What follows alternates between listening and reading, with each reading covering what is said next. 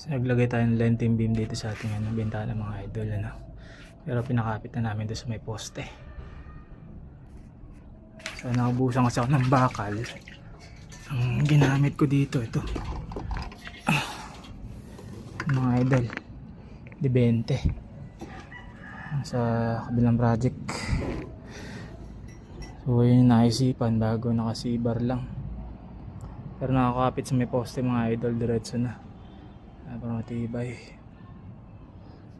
20 yung ginamit namin. Wala, nabusan eh. Walang ano.